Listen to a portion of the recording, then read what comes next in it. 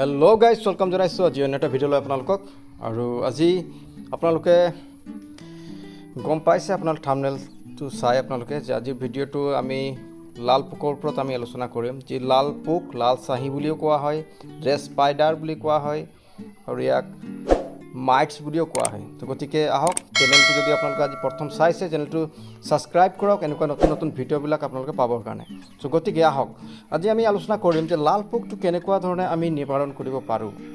আমি দেখোঁ যে আমাৰ ক্ষুদ্ৰ চাহ খেতিয়কসকলৰ যি চাহ বাগান আছে, প্ৰত্যেকজনৰ বাগানত বৰ্তমান এই আপোনাৰ আগষ্ট মাহত প্ৰত্যেকৰ বাগানতে এই লাল পোক আমি দেখিব পাইছোঁ। আৰু এই মাৰাত্মক যি লাল পোক, এই লাল পোক বেমাৰটো আপোনাৰ বাগানৰ পৰা নাইকিয়া কৰিবৰ কাৰণে মই যি আপোনাৰ স্ক্ৰীণত আপোনালোকক দিছোঁ, সেই যি স্ক্ৰীণত দিয়া এই কেমিকেলটো আপোনালোকে ব্যৱহাৰ কৰি পেলাই আপোনালোকে 100% আপোনাৰ বাগানৰ পৰা লাল পোকৰ পৰা আপোনাৰ নিৰাময় কৰিব পাৰিব, নাইকিয়া কৰিব পাৰিব।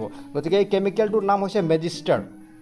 এই মেজিষ্টাৰ কেমিকেলটো বহুত এটা ভাল ব্ৰেণ্ড কেমিকেল হয়। এইটো কৰ্টেভা কোম্পানীৰ হয় আৰু ইয়াতে আপোনাৰ ফেনাজাকুইনৰ 10% EC থাকে।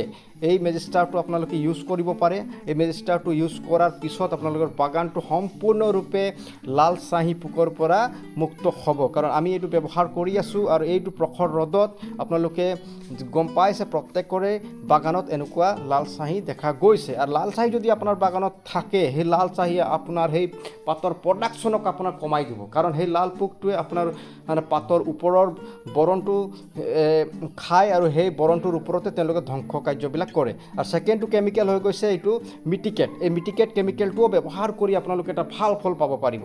এই দুটা কেমিকেলৰ বিষয়ে মই আপোনালোকক জনালোঁ। গতিকে প্ৰিয় খেতিয়ক বন্ধুসকলে, ইয়াৰ ড'জবিলাকো মই আপোনালোকক ডিটেইলছকৈ দি দিছোঁ।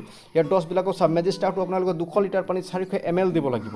আৰু যি মিটিকেটটো আপোনালোকে 200 লিটাৰ পানীত আপোনালোকে 200 ml কৈ দিব। আৰু এই বাগানৰ পৰা এই মাৰাত্মক যি লাল চাহী পোক বেমাৰ চাওক কেনেকুৱা ধৰণে লাগিছে। এই গছৰ ওপৰত লাগে, ওপৰত এজোপা পাতত লাগিব, তাৰপিছত গোটেই গছজোপাত এইটো বিয়পি যায়, লাহে লাহে গোটেই বাগানত বিয়পি পেলাই আপোনাৰ বাগান ধ্বংস কৰিব পাৰে। গতিকে এইটো ব্যৱহাৰ কৰক।